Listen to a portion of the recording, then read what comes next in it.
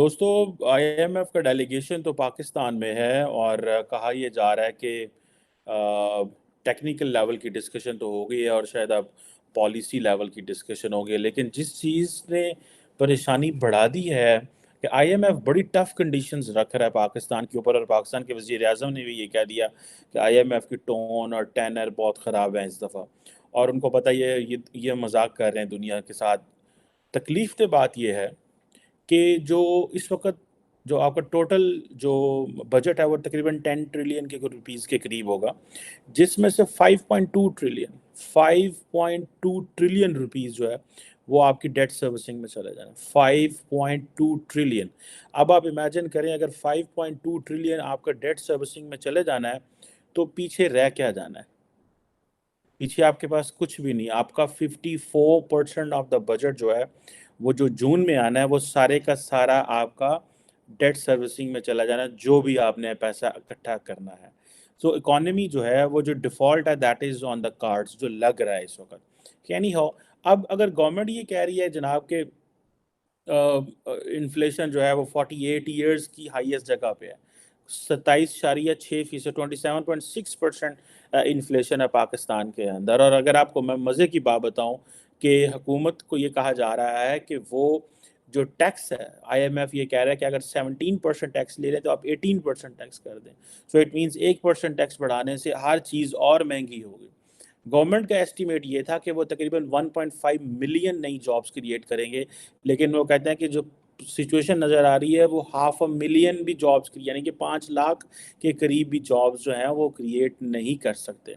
अब पाकिस्तान की मार्केट का प्रॉब्लम ये है कि यूथ इतनी ज़्यादा है, जो हम कहते रहते हैं 65% यूथ, 65% साढ़े कान पाक गए लोगों ने दस इंटरनेशनल जिदों बार 65% मुंडे ने साढ़े को, वो जो 65% मुंडे हैं उनमें से 2 मिलियन जो है उनको हर साल वो नई जॉब मार्केट में एंटर होते हैं। ठीक है जी। सो इट मीन्स कि पाकिस्तान में जो जॉबलेस का जो रेट है वो भी बढ़ने वाला है। अब गवर्नमेंट को तकरीबन और वो जो है $30 billion as a gross external loan चाहिए। आईएमएफ कह रहा है आपको नहीं मिलना। हुकूमत के पास इस वक्त $3.1 बिलियन है। हुकूमत ये कह रही है कि हम 1.5 बिलियन जो है वो यूरो बॉन्ड से ले लेंगे। इसके अलावा जिसे वो कहते हैं ना, कुछ $7 बिलियन फॉरेन कमर्शियल लोन से ले लेंगे। इस तरह की सिचुएशन जो है वो कह रही है, और $8 बिलियन जो है वो कैपिटल मार्केट्स या जो फॉरेन कमर्शियल बैंक्स हैं वहाँ से ले लेंगे।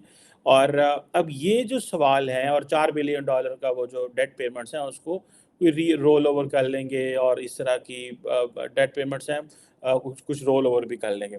अब ये जो चीज़ है कि और $11 बिलियन वो कह रहे हैं मल्टीलैटरल क्रेडिटर से ले लेंगे। एशियन डेवलपमेंट बैंक कह रहा है हम ठीक है आपको ध्यान देंगे। वर्ल्ड बैंक कहता है नहीं, आप आईएमएफ की तरफ देखें। सो ये जो डाटा है, आप इस डाटे पे जाएं, और देन एक और ख़तरनाक डाटा ये है कि आपकी जो इनफ्लो है, मतलब $13.8 बिलियन की जो इनफ्लो है वो कम है इन टर्म्स ऑफ आपकी जिसे आप कह लें कि रेमिटेंस के हवाले से भी, और इसी तरह कोई 19.6 बिलियन आपका जो ट्रेड डेफिसिट है। अब ये बहुत बड़े फिगर हैं। ठीक है जी। आप देखें कि ये एक बड़े पैमाने पे है, ये चीज़ है। मैं माज़रत चाहता हूँ कि 30 अमूमन जो है $33.5 बिलियन जो है वो आपकी रेमिटेंस आती है, जो कि इस दफ़ा मेरे ख्याल है 29.5 बिलियन रह जाएगी। $4 बिलियन का शॉर्टफॉल है रेमिटेंस में। और दूसरा जो मैंने आपको बताया कि $19 बिलियन का तो ट्रेड डेफिसिट ही डेफिसिट है। अब ये जो चीज़ें हैं ये ख़तरनाक हैं कि आप इमेजिन कर लें कि ये जो डाटा एंड स्टैटिस्टिक्स आपके सामने मैं रख रहा हूँ कि इस वक्त अगर मार्केट की ये हालत है, ठीक है, तो आप समझ लें कि क्या होगा। हुकूमत ये कह रही है कि उनके पास जो पैसा इकट्ठा होने जा रहा है इस दफ़ा वो 7.4 ट्रिलियन रुपीस इकट्ठे होंगे। अब ये आईएमएफ जो है वो इससे तो खुश है, क्योंकि जो फेडरल बोर्ड ऑफ रेवेन्यूज ने कहा है कि जी हम 7.4 या 7.5 ट्रिलियन रुपीस जो एनुअल है वो इकट्ठा कर लेंगे। फिर भी आपके पास 2.5-3 ट्रिलियन रुपीस का जो है वो बजट डेफिसिट है। अब इसमें और फिर हमारे टैक्स टू जीडीपी रेशो के मसाइल हैं, जो कि मेरा ख्याल है जो टैक्स टू जीडीपी रेशो है वो 84.4% है। पूरी दुनिया में ये ज़्यादा होती है।